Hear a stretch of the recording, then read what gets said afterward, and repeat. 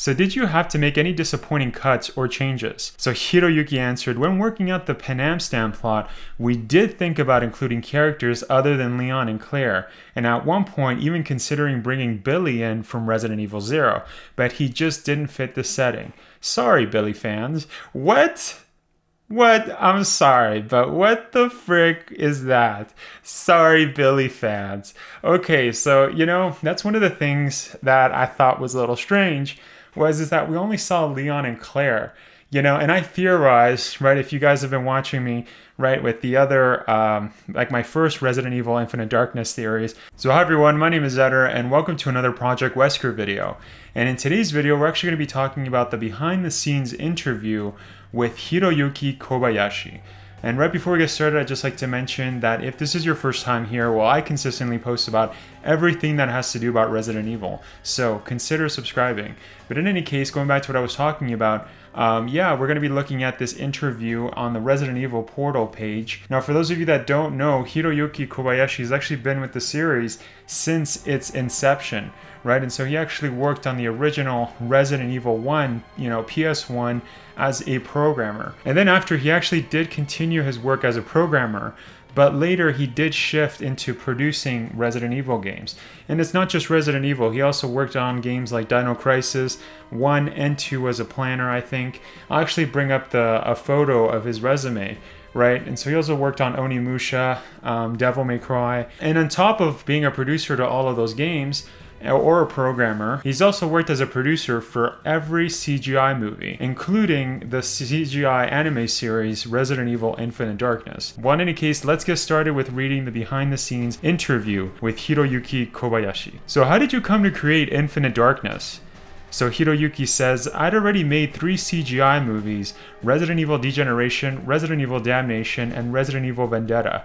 But I first revealed I wanted to expand the scope beyond movies to Resident Evil Vendetta's producer, which culminated in us deciding to work with Netflix. The idea of having a series premiere on such a large global platform really made it an exciting endeavor for us. And the other thing I'd like to mention real quick is that I will have a link in the description to this article. Could you tell us about any issues you encountered while working on the project? So Hiroyuki answered, while script writing, I had to be extra cautious of the fact that this was a TV series.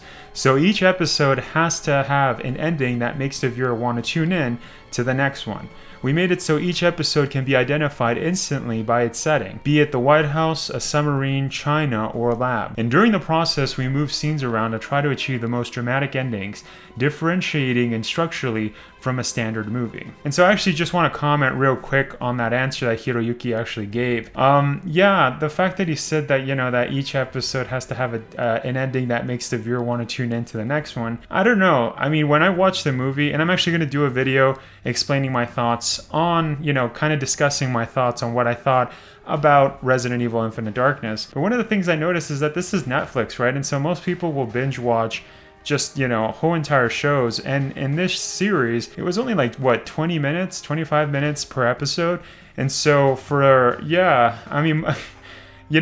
you kind of, especially if you're a Resident Evil fan and you put enough effort into, starting the show, I mean, you might as well finish it, right? And so I didn't really get that, that feeling of, oh, I have to watch the next one. I actually did take several breaks in between. But anyways, let's continue the interview. Right, so TV dramas need a story and pacing that maintains viewer curiosity from episode to episode. In terms of setting, Infinite Darkness is somewhere between Resident Evil 4 and 5. What made you choose this period? So Hiroyuki answers, before we even had a director on board, we wanted to have Leon appear alongside a female character, who we eventually decided should be Claire. We needed a period in the Resident Evil timeline when Claire and Leon could work together, front and center, without interfering with established lore. During talks with the director, we determined that Leon should appear sometime between his time as a rookie cop in 1998 and his traumatized state in 2014 during Resident Evil Vendetta. We eventually decided to go with 2006, 2 years after he rescued Ashley as an agent, a period well known by fans. So that's how we ended up with Claire, Leon, and the 2006 White House incident.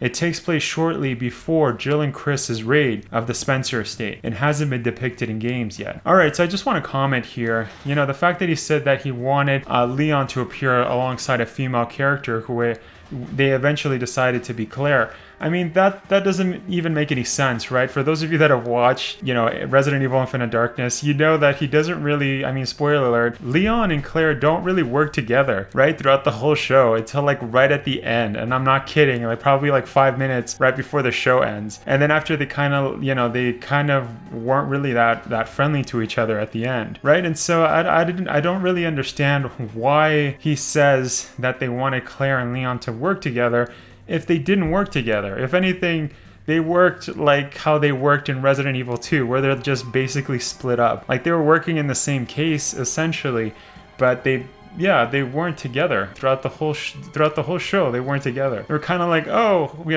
there's Claire. Oh, there's Leon. But so I thought that was kind of weird. If anything, I noticed that Leon worked a lot more with Shen Mei, right? Interesting. So you decided on characters first, then chose a time period that wouldn't create conflicts in the continuity. Ashley's father, President Graham, appears in Infinite Darkness.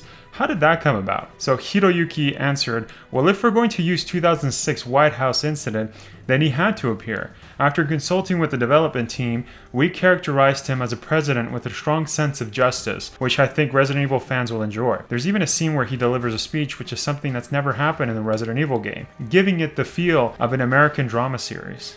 Yeah, you know what? I have to comment on that. I think they actually did a really good job with showing the White House. I actually thought it was like watching like a Tom Clancy, kind of a movie, right? Like Jack Ryan kind of a thing, right? I actually really enjoyed that. Those are like the things that I kind of like, right? Political thrillers.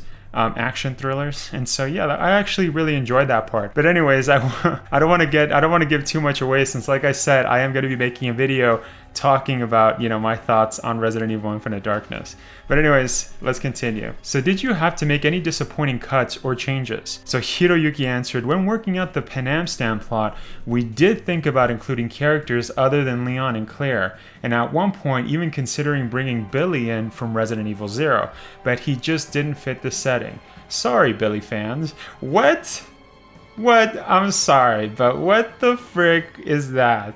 Sorry, Billy fans. Okay, so, that's one of the things that I thought was a little strange, is that we only saw Leon and Claire, and I theorized, right, if you guys have been watching me, right, with the other, like my first Resident Evil Infinite Darkness theories, I did theorize that we would probably see Sherry or Ashley, right? Since we do see Ashley's dad, and they could have fit that in the story where Ashley actually shows up in the White House like, Dad, are you okay, right? Especially after, that whole thing, the White House incident, right? And so that never happened, and I was really confused about that. And also they didn't even show like Sherry, right? Like they didn't show Leon and Claire go visit Sherry. I mean, let's take advantage of, Leon and Claire obviously haven't seen each other for quite some time. Well, why don't we go and see how Sherry's doing? And so I thought that was a missed opportunity as I was watching the show.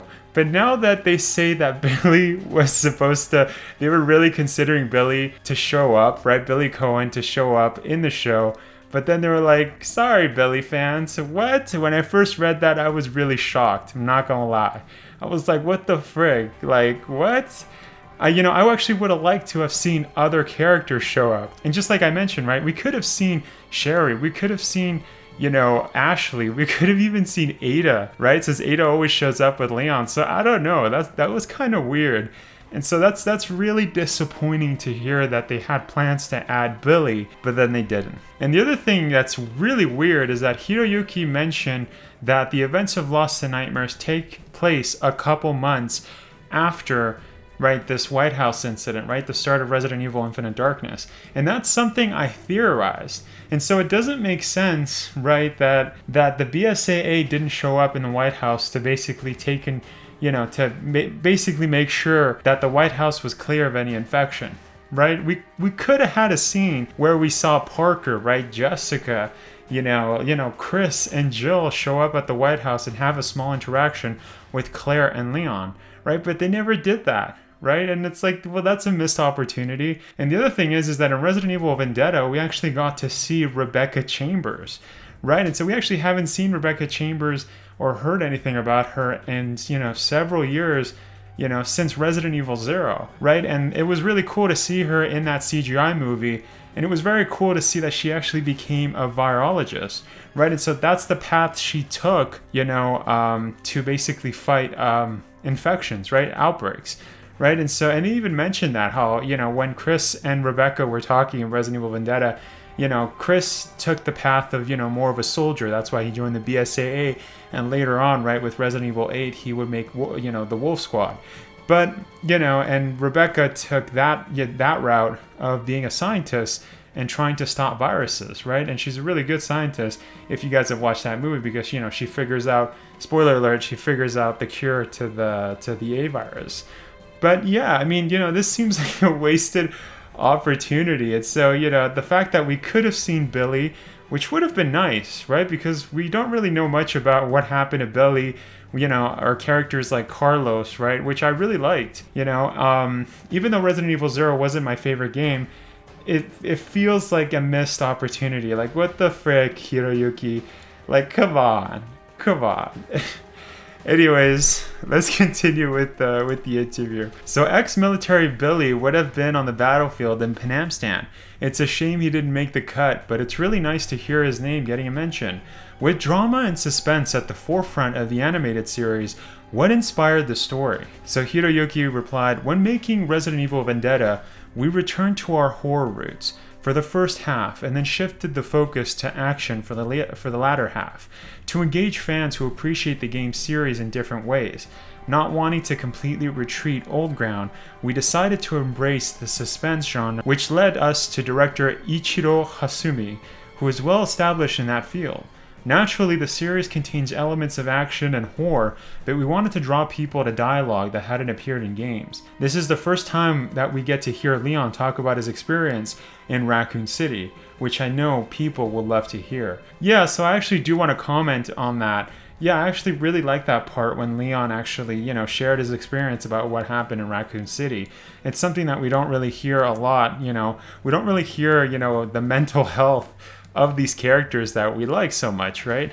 But we did hear Leon's mental health, problems, appear in Resident Evil Vendetta, when he was kind of broken. Or, we did see Chris, very depressed in Resident Evil 6. But yeah, we didn't really have like a whole conversation in Resident Evil 6. So I thought that was nice, right? I really like that.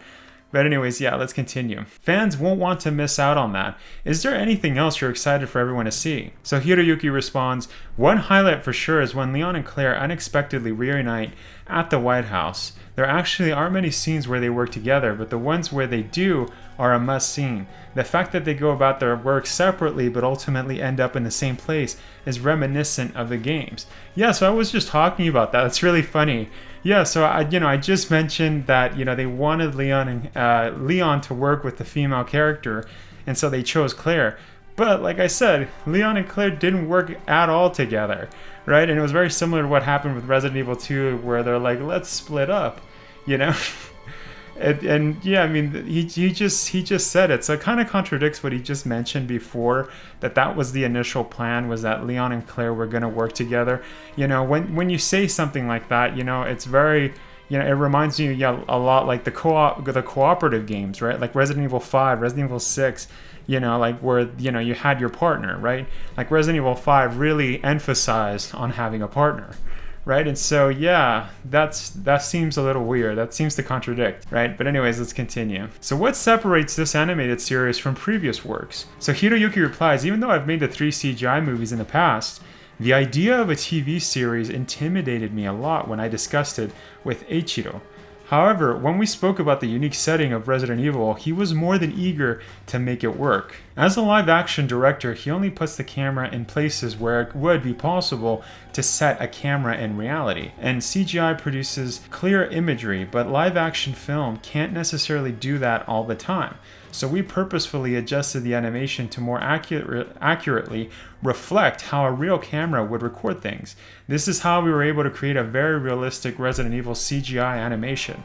And if you already watched the show, try watching it again with this in mind, and you'll get a different experience. Yeah, so I definitely have to comment on this. Yeah, I thought the CGI for this one was definitely the best looking right, out of all the other movies, right? But the other movies didn't look that bad either. I mean, the first one kind of looked a little blurry, if I remember correctly, right? Damnation looked, it was okay.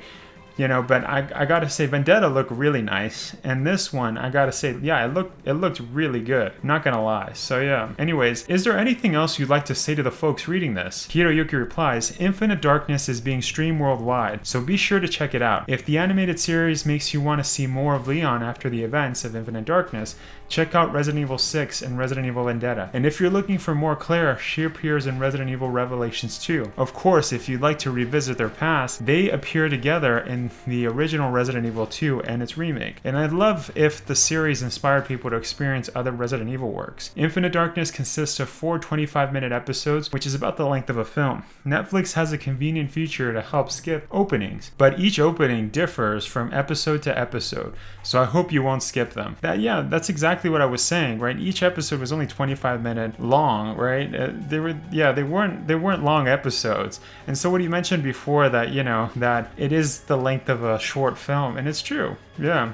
It wasn't a long experience, and I actually took a break between episodes. That's also due to the fact that I was busy. Well, anyways, and then that's when the interview wraps up, right? The interview says, thank you so much for speaking to us, Hiroyuki. Okay, everyone, your mission is clear. Go check out Resident Evil Infinite Darkness on Netflix. Yeah, and so that was the end of the interview. So there was actually 2 things that we learned, right? So number 1, like I mentioned, is Billy. Billy could have had an opportunity to show up in this show, but he never did, right? And the other bit of information that we know for sure is that Infinite Darkness takes place, just a little bit right before the events of the Spencer estate. Right? So the events of Lost in Nightmares. But yeah, at the end of the day, it was a good interview, even though we didn't learn that much, right, behind the scenes. But you know what? Yeah, I mean, like I said, those are 2 bits of information that we learned. Well, in any case, let me know what you guys think about all of this, right? What do you guys think about Billy almost having the opportunity to show up in Resident Evil Infinite Darkness? Is that something that you're kind of like, what? Like, were you guys as shocked as me to hear that information? Because that kind of made me a little upset. That kind of like, what the frick, Hiroyuki? Like, come on, you could have, thrown us a bone here, kind of throw some Easter eggs, couple more stuff like that, like fan service. We could have seen more, well, not like fan service, but like showed us, characters, right, that we haven't seen in a while. Like, like I said, Ashley, Sherry, Chris and Jill, or Billy. If any of those characters, if all of them had showed up, I think the show would have been better. But yeah, let me know in the comments what you guys think. And if you guys enjoyed the video, make sure to knife that like button. And if this is your first time here, consider shooting that subscribe button in the face. And remember to punch that notification bell like Chris does in Resident Evil 5. And just like I mentioned at the beginning of the video, I consistently post about everything that has to do about Resident Evil. So that includes news, theories, walkthroughs, and any lore videos, right? And so if any of those topics interest you, then consider joining the Project Wesker family. Just so you guys know, this channel is supported by Patreon and Buy Me a Coffee. So make sure to check the links down below in the description, especially Patreon, to see all the perks you could get. And remember, don't worry if you're unable to sponsor the channel. Your support on YouTube and Instagram is just as important. So I just want to say thank you so much for watching, enjoying, and sharing my content. And I'll see you guys in the next one.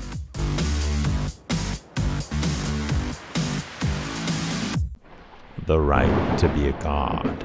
That right is now mine.